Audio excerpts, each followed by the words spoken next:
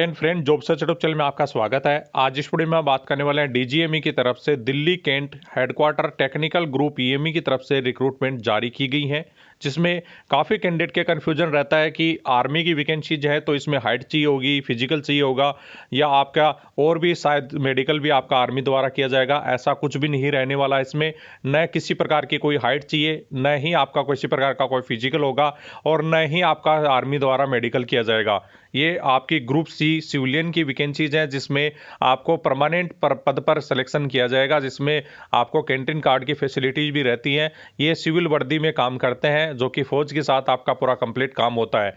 तो ये permanent vacancies के लिए आप अप्लाई कर सकते हैं, जिसमें सभी वैकेंसीज परमानेंट रहने वाली हैं। और जो भी डिफेंस ऑफ मिनिस्ट्री की परमानेंट ये ग्रुप सी के पदों पर वैकेंसीज हैं, जिसमें टेलीकॉम मैकेनिक के लिए आपकी स्किल्ड की 2 पदों पर वैकेंसीज हैं। जो भी कैंडिडेट फॉर्म फिलअप करना चाहता है उसकी एक पोस्ट आपकी जो भी बेंगलोर और एक दिल्ली कैंट आपके लिए ज्वाइनिंग की जाएगी। इसके बाद में नेक्स्ट वैकेंसी एनवायरमेंट मैकेनिक की है। यूआर कैटेगरी के लिए जबलपुर आपकी पोस्टिंग की जाएगी। सेकंड पोस्ट आपकी जो थर्ड पोस्ट आपकी दिल्ली कैंट के लिए मल्टीटास्किंग स्टाफ के 4 पदों पर वैकेंसीज रहने वाली हैं, जिसमें चारों पद परमानेंट रहने वाली है यूआर कैटेगरी के लिए। बहुत सारे कैंडिडेट के कमेंट्स आ रहे थे कि एग्जाम कहाँ होगी, तो दिल्ली में ही आपकी एग्जाम कंडक्ट होने वाली है। दिल्ली में आप साफ देख सकते हैं, दिल्ली कैंट में आपकी एग्जाम कंडक्ट होगी। वहीं पे सब कुछ आपका स्किल टेस्ट और या फिर जो भी आपका जो एग्जाम है वो आपका कंडक्ट होगा। स्किल टेस्ट मात्र जो भी है 2 ट्रेड के लिए होगा, जिसमें टेलीकॉम मैकेनिक और आर्मामेंट मैकेनिक के लिए एमटीएस में किसी प्रकार का कोई भी स्किल टेस्ट वगैरह नहीं होता है। ओनली एग्जाम बेस पर आपका सिलेक्शन किया जाता है। तो 18 से 25 वाले सभी कैंडिडेट इसके लिए एलिजिबल। सभी पदों के लिए एज आपकी 18 से 25 साल है। इसमें आपको नियमानुसार कोई भी छूट नहीं मिलेगी, क्योंकि वैकेंसीज मात्र ओनली यूआर कैटेगरी की रहने वाली हैं। पहली वैकेंसी टेलीकॉम मैकेनिक में आपका 10+2 होना चाहिए और टेलीकॉम मैकेनिक से संबंधित आईटीआई आपका मतलब इलेक्ट्रॉनिक मैकेनिक से आपका कंप्लीट होना चाहिए, तो भी अप्लाई कर सकते हैं। आर्मामेंट मैकेनिक में 10+2 और फिटर से आईटीआई आपका कंप्लीट होना चाहिए, तो अप्लाई कर सकेंगे। मल्टीटास्किंग स्टाफ में मेट्रिकुलेशन वाले सभी कैंडिडेट इसमें अवेलेबल रहेंगे। इसमें पोस्ट जो है वो इस प्रकार से रह सकती हैं, जैसे दफ्तरी मैसेंजर, सर्चर, गार्डनर, सफाई वाला, चौकीदार, कुक और बुक बाइंडर। ये इस प्रकार की किसी में भी एक वैकेंसीज आपको जो ट्रेड दी जा सकती है। जो भी आपकी मल्टीटास्किंग स्टाफ की वैकेंसी 10वीं पास वाले सभी कैंडिडेट यहाँ पे एलिजिबल रहेंगे। इसमें 10+2 जो भी आपकी वैकेंसीज हैं उनके लिए लेवल 4 की वैकेंसीज हैं, और आपकी जो एमटीएस के लिए लेवल 1 की परमानेंट ये वैकेंसीज रहेंगी। आप जो भी कैंडिडेट फॉर्म फिलअप करना चाहते हैं 22 तारीख तक लास्ट डेट आपकी रखी गई है। 22 तारीख तक आप इस एप्लीकेशन फॉर्म को जो भी है दिल्ली में सेंड कर सकते हैं। मात्र आपकी ऑर्डनरी पोस्ट से ही सेंड कर पाएंगे।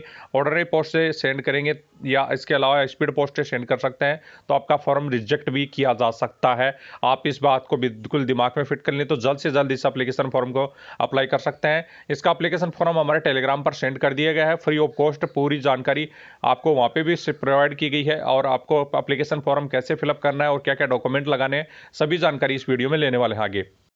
स्क्रीन पे आप ये एप्लीकेशन फॉर्म देख सकते हैं, जो कि पूर्ण रूप से सही तरीके से टाइप किया हुआ एप्लीकेशन फॉर्म है, जो कि हमारे टेलीग्राम पर आपको मिल जाएगा फ्री ऑफ कॉस्ट। इसमें एडवर्टाइजमेंट नंबर मैंने पहले से फिल कर दी है, तो आप सभी कैंडिडेट को फिल करने की जरूरत नहीं है। इसी एप्लीकेशन फॉर्म की प्रिंट निकाल कर आप सेंड कर सकते हैं। यहाँ पे आपको फोटो लगाना होगा और ये एड्रेस पहले से लिखा हुआ है। अप्लाई द पोस्ट का नाम आपको जरूर लिखना होगा। जैसा कि आपके एमटीएस से अप्लाई कर रहे हैं, तो यहाँ पे एमटीएस आप लिख सकते हैं। एमटीएस कैपिटल अक्षर में लिखना है। कैंडिडेट का नाम भी कैपिटल अक्षर में लिखना है। जैसे आपका राहुल नाम है, तो आपको कैपिटल अक्षर में आपका कंप्लीट राहुल कुमार पूरा नाम है आपको लिखना है। फादर्स नेम भी आप कैपिटल में लिखें, कोशिश करें। और इसके बाद में स्मॉल में भी लिखेंगे तो गलत नहीं माना जाएगा। ओनली ये नेम दोनों आपके कैपिटल में होने चाहिए। यदि इसमें आपका जो पोस्ट है बाकी की जैसे आर्मामेंट मैकेनिक है, तो उसको स्मॉल में भी लिख सकते हैं। इसके बाद में डेट ऑफ बर्थ है वो कंप्लीट यहाँ पे आपको लिखनी है। 25 साल से एज ज़्यादा नहीं होनी चाहिए। वो कैंडिडेट यहाँ पे एलिजिबल नहीं रहेंगे जिसमें आपकी एज 25 साल से कम होनी चाहिए और 18 साल से ज़्यादा होनी चाहिए। उसके बाद में आपकी डेट ऑफ बर्थ आ गई है। यहाँ पे डेट ऑफ बर्थ 23 तारीख लास्ट डेट आपकी रखी गई है। 23 तारीख से आप कैलकुलेट करेंगे। जो भी पहले बताया गया था 22 नहीं रहेगी, 23 तारीख इसमें रहने वाली है। 23 तारीख से आपकी कैलकुलेशन करके एज कितनी हो जाएगी, मंथ कितनी हो जाएगी, डेट्स कितने हो जाएंगे, ये कंप्लीट आपको लिखना है। तो आप बहुत सारे यूट्यूब पर गूगल पे आप सर्च करेंगे एज कैलकुलेटर, तो उसमें आप सर्च करके इस प्रकार से 23 तारीख आप लगा लेंगे। 23 जनवरी 2026 तक आपकी डेट ऑफ बर्थ लगाएंगे, तो आपको कैलकुलेशन करके बता देगा कि कितनी एज आपकी हो चुकी है। जेंडर मेल एंड फीमेल है, इंडियन जो भी आपका है लिखना है। रिलीजन आपको लिखना है।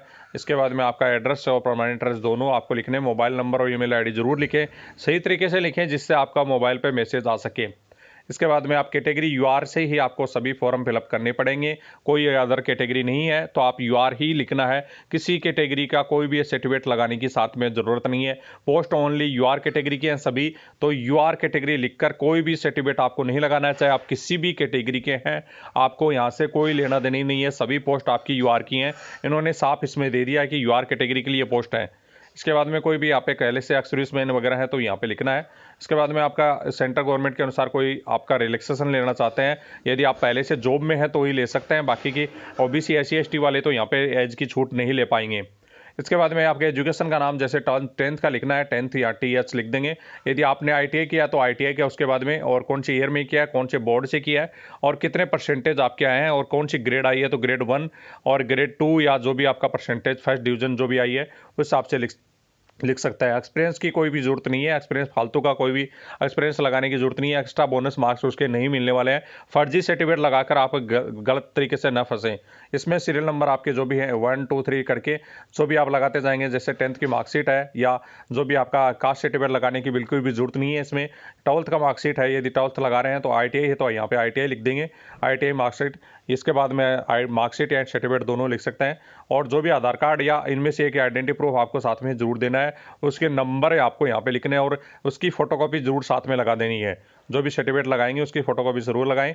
यहाँ पे आपको जो भी है प्लेस लिखना है और यहाँ पे डेट लिखनी है। प्लेस आपका जो भी डिस्ट्रिक्ट हो उसका नाम लिखने की कोशिश करें, या बड़ा सिटी है तो बड़ी सिटी का नाम लिख सकते हैं। यहाँ पे आपको कैंडिडेट को सिग्नेचर करना है। यहाँ पे बहुत सारे कैंडिडेट ये रहते हैं कि आपको यहाँ पे फोटो चिपकानी है, उस पर सिग्नेचर करने हैं या नहीं, बिल्कुल भी नहीं करने हैं। यहाँ पे बिल्कुल साफ दिया गया है कि ओनली फोटो आपको चिपकानी है, इस पर किसी प्रकार के कोई भी सिग्नेचर फोटो पे नहीं करने हैं। यहाँ पे सेल्फ अटेस्टेड फोटोग्राफ जो भी होंगे, कितनी लगा रहे हैं, 5 लगा रहे हैं, 4 लगा रहे हैं, यहाँ पे जितनी भी आप भरेंगे उतनी ही, और या इसके साथ एक फोटोकॉपी ये भी ले रहे हैं तो ये भी साथ में आप लगा दे दिए है। इसकी 5 या 6 जो भी लिख रहे हैं वो यहाँ पे लिख देनी है, जितने भी साथ में लगाएंगे वो डॉक्यूमेंट की उतना लगा देनी है। एक फोटो आपका सेल्फ अटेस्टेड जो भी एड्रेस है, सेल्फ एड्रेस लिफाफा साथ में भेजना है, उस पर 5 रुपये की डाक टिकट लगानी है, 5 रुपये की, मात्र 5 रुपये की पोस्ट ऑफिस से डाक टिकट लेनी है और उस पर चिपका देनी है। खुद का एड्रेस और उसका कंप्लीट जो भी है आपके मोबाइल नंबर भी रहने चाहिए। 2 फोटो भेजनी है, 2 फोटो, ये ऐसे 2 फोटो भेजनी है। उसके पीछे आपको जो भी सामने से सेल्फ अटेस्टेड करनी है, मतलब खुद का सिग्नेचर ऐसे क्रॉसिंग में कुछ कर देना है। जो भी कोशिश करें कि आप जो भी आपका जो मार्कर आता है परमानेंट मार्कर, उससे करने की कोशिश करें जो मिटे नहीं, और ब्लू कलर का मार्कर होना चाहिए बारीक वाला, जिससे आपको बिल्कुल सही तरीके से सिग्नेचर हो। और साथ में उसके पीछे आपका फादर्स नेम और खुद का नाम लिखना है। आपके पीछे उसके जो फोटो होगा उसके बैक साइड में खुद का नाम लिखना है और फादर्स का नाम या आप मदर्स का नाम लिख सकते हैं। ये एक आपका एनक्लोजमेंट कार्ड भी साथ में भेजना है। ये पोस्ट का नाम लिखना है, कौन सी ट्रेड से अप्लाई कर रहे हैं, और यहाँ पे यूनिट का नाम लिखना है, जैसे हेडक्वार्टर टेक्निकल ग्रुप आपका जो ईएमई यहाँ पे लिखना है पूरा कंप्लीट। जो भी एड्रेस है ये वाला एड्रेस ऊपर वाला मात्र ये लिख देना है। ये देख सकते हैं, ये आपका एड्रेस यहाँ पे लिख देना है, जो कि आपका यूनिट एड्रेस में जो भी है यूनिट दी गई है उसमें लिखना है।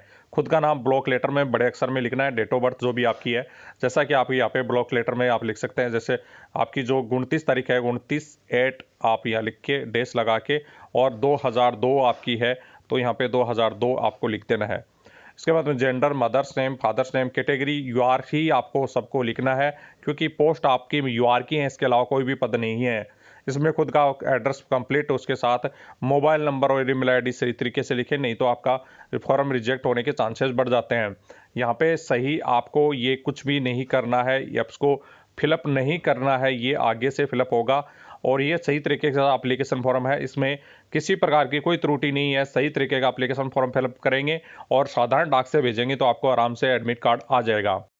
फोटोग्राफ भेजेंगे उस प्रकार से आपको सिग्नेचर सामने फ्रंट में इस प्रकार से कर देने हैं, जो कि आपको ब्लू कलर के मार्कर से करने की कोशिश करें, जिससे मिटेगा नहीं। और पीछे आपका नाम और पिताजी का नाम इस प्रकार से लिख देना है। ये 2 फोटोग्राफ एक्स्ट्रा में आपको भेजनी है।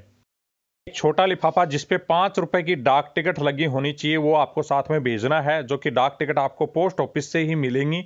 5 रुपए की पोस्टल स्टाम्प बोलना है कि सर मुझे 5 रुपए की पोस्टल स्टाम्प चाहिए। रेवेन्यू स्टाम्प अलग होती है, पोस्टल स्टाम्प अलग बोलना है। पोस्टल स्टाम्प आपको चाहिए, पोस्टल स्टाम्प लेनी है और यहाँ पे 5 रुपए की चिपका देनी है। और यहाँ पे खुद का एड्रेस 2 लगाकर खुद का नाम, पिताजी का नाम, उसके बाद में खुद का एड्रेस पूरा और मोबाइल नंबर जरूर साथ में लिख दें, जिससे आपको पोस्टमैन एडमिट कार्ड देने में दिक्कत नहीं आएगी। बड़ा वाला लिफाफा इस प्रकार से आपको भरना है। एप्लीकेशन द पोस्ट का नाम लिख देना है, एमटीएस यहाँ पे लिख देना है। कुछ आपका जो भी एमटीएस ट्रेड है या कौन सी ट्रेड है उससे अप्लाई कर रहे हैं वो यहाँ पे कंप्लीट लिखना है। कैटेगरी आपको यूआर कैटेगरी यहाँ पे लिखनी है सभी ट्रेड कैंडिडेट को, चाहे कोई भी कैटेगरी से आप अप्लाई कर रहे हैं, मतलब आप एक ही कैटेगरी की यहाँ पे पोस्ट रखेंगे। यूआर कैटेगरी के तो ओनली यूआर लिखना है। एड्रेस यहाँ पे जो भी आपको दिया गया है, जैसा कि हेडक्वार्टर टेक्निकल ग्रुप, जो कि एप्लीकेशन फॉर्म में ऊपर ही ऊपर जो एड्रेस बताया गया है वो सेम एड्रेस, इस प्रकार से आपको एड्रेस यहाँ पे लिख देना है। जो भी एड्रेस दिया गया है ये एड्रेस बड़े वाले लिफाफे पे 2 करके कंप्लीट यहाँ पे लिख देना है। ये एड्रेस वहाँ पे बड़े वाले लिफाफे पे आने वाला है। डॉक्यूमेंट लिस्ट की बात करें तो मिनिमम आपके पास ये सभी डॉक्यूमेंट होने चाहिए जो कि सेल्फ अटेस्टेड सभी करके आपको भेजने होंगे। सेल्फ अटेस्टेड का अर्थ है जो भी फोटोकॉपी करेंगे उस पर खुद के सिग्नेचर करने हैं, कहीं भी सिग्नेचर नीचे की साइड में कर सकते हैं।